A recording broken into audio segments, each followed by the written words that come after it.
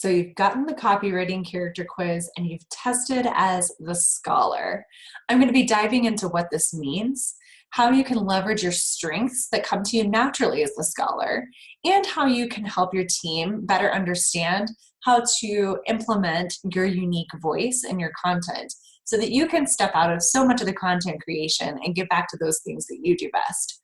But before I jump in, I just want to give a little bit of a caveat here, which is to say that there are 5 results to the copywriting character quiz, but there are more than 5 different types of people. Therefore, there may be some things that are showing up in that result for the scholar that resonate for you and some things that don't. And if that's the case for you, then I encourage you to take the quiz again, because chances are your primary is the scholar, but you may have a secondary copywriting character. Perhaps you're a scholarly rebel, or maybe you're a scholarly nurturer. There's different ways that you can add some nuance, but the first step is really to dive into the test one more time and see if you get a second result. Okay, so let's dive into what it means to have some scholarly leanings in your content personality. So, as a scholar, as the name may suggest, you're very knowledgeable, you have a lot of expertise, and your deepest desire is to share that with your audience. So that makes you a natural teacher and a natural mentor for those people who are lucky enough to be in your audience. Now, that means that the thing that you're afraid of most of all is having a confused audience, that they don't understand what it is that you're teaching. And sometimes I want to warn you that this can actually happen, but not the way that you think it does. As scholars, you tend to probably over-inundate a little bit with knowledge and explanations and teachings and strategies, and you may not even realize that you're doing it. So I want to challenge you to just take a step back, give things out in bite-sized nuggets, and then you can continue adding more as your audience is ready for them. But use whatever metrics you can, whatever way you can to evaluate to see, are your people really able to consume all of this information? Because sometimes scholars just go a little bit overboard, but it's completely out of love and their strength of teaching. I know this because I am a scholar, and this is one of those things that I have to find my instincts on.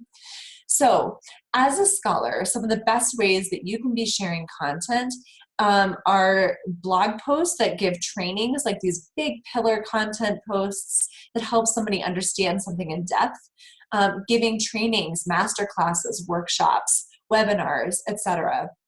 All of that is really great for you. Even books are a great way for you to explore creating content that helps somebody do a deep dive into a subject.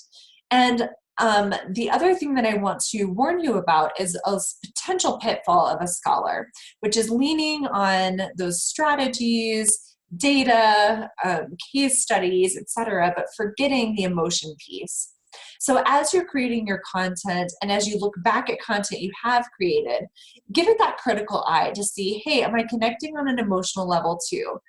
You may be doing that very naturally in conversations with people, but sometimes when you're writing content, because it's not as much of a two-way street, it's a little easy to forget that that's one of the aspects of the copy that needs to be there.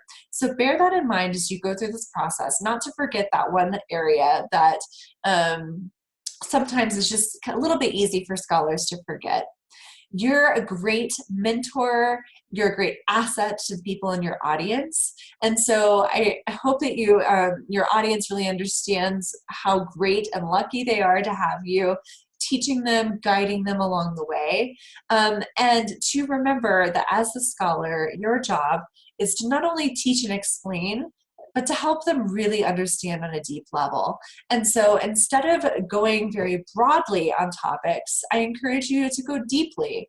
Take time to really focus in on those things that you want to be known for and sought out for. Narrow them down, make sure that you're very focused. And then as you create content around that, that allows you to go deep into those subjects so that you can really dive in and help people understand them on a deeper level.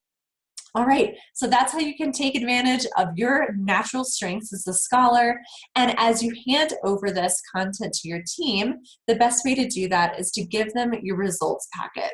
There's going to be some words in that word bank where they can start to emulate the words that probably you're using. It'll also tell them a little bit about how you're probably speaking, the cadence of your voice, the natural strengths, the types of content that are natural for you. So pass that over to them, and that's going to help them go ahead and start to get a head start on creating content that sounds more and more like you and really does take advantage of the natural strengths that you have as a scholar.